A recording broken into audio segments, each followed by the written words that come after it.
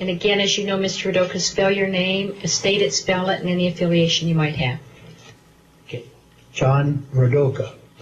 R-A-D-O-C-H-A.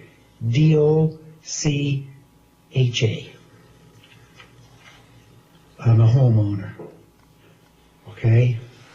I would like to start out by giving my own personal opinion. This is just an opinion, and you'll see why. Last week, Madam Chairman, lady, you did something that I thought was fair. A gentleman gave some of his time to a Mr. W. A lady later gave her time to Mr. F. Being the chair lady, you could have denied Mr. F that time. Now, if this was, we'll say, I know from experience, at a homeowners meeting, they would deny this, okay? And I want to commend you for being fair. That's sometimes NRS, that's most of the things. Some things in NRS 116 does not have, and that is fairness. Like the blank checks that are given to HOAs, double-price lawyers, management companies, arbitrators, collection agencies. Homeowners need some reasonable caps. I mean, come on. I don't know if you had a million people and the omnibus people would they drive me nuts. That would be $3 million. Come on. I mean, you got to be able to help us out here.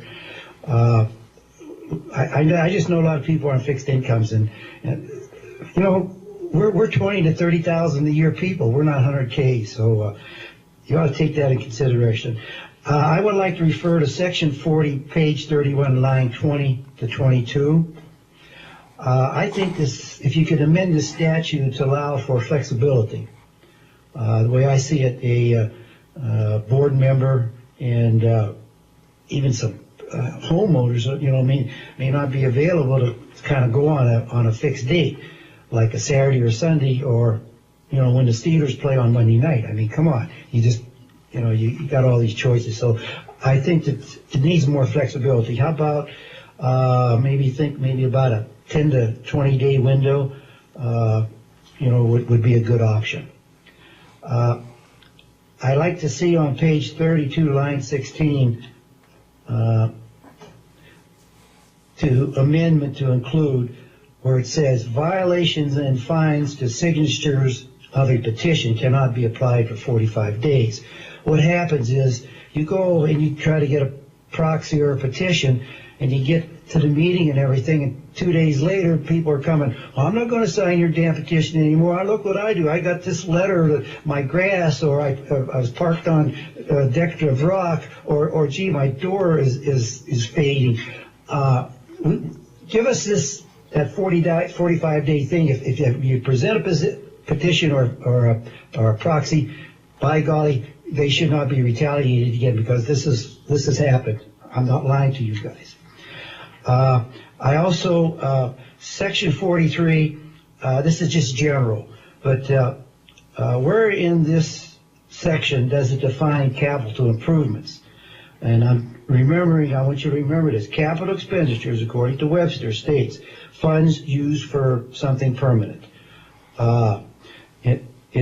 Also, where in this Section 43 does it prevent boards from holding budget meetings and hearings like we normally say it where I am, and we have it at the senior or Y thing?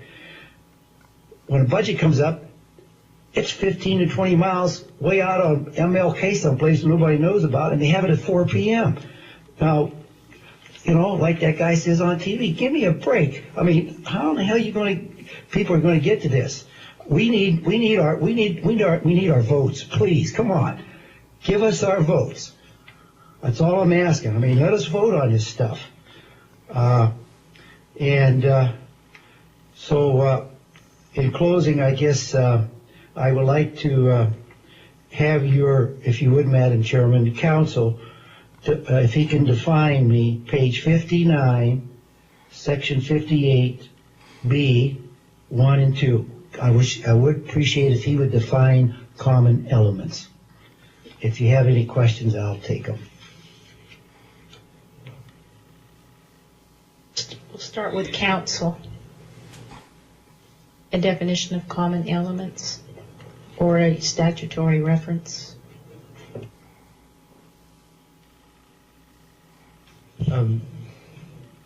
Common element is a defined term. Just a second.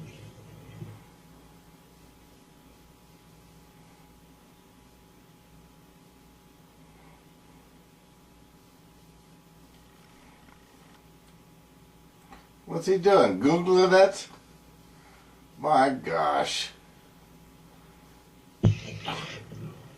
Madam Chair, common elements is defined in NRS 116.017.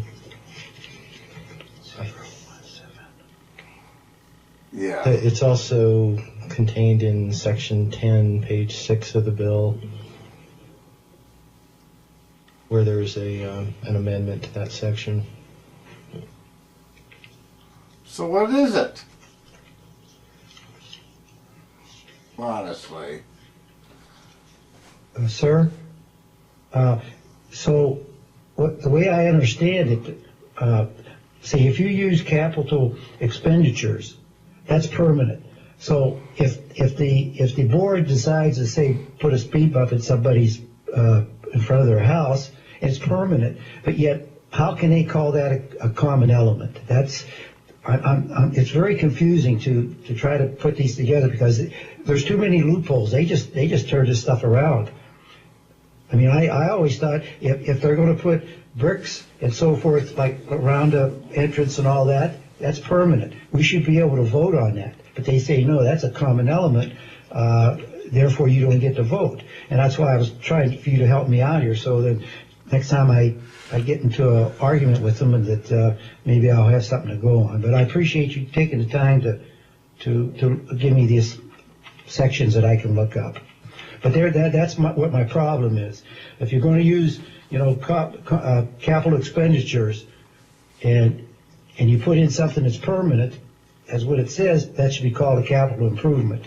And I don't think they have the right to go ahead and do what they want to do with our money. Another example is they spent $15,000 on signs in our community, and next thing you know, everybody got upset, and we never got a chance to vote. They took them out. That was $15,000 went down the drain. We never had a say. Now, signs, to me, were going to be permanent. But they say, no, it was a common element. And Mr. Rideau, I'm going to have to wrap you up here a little bit so we can move on. Okay. No, thank you so much, though. And again, on page 6 of the bill, you're going to find in section 10 the reference to common elements. Yes. And we'll take that into consideration, the concerns that you shared. Thank you. Thank you, young lady. Bye. Hey, Mr. Radoka! Thank you so much for that. Oh, that's a negotiation tool, isn't it? That looks like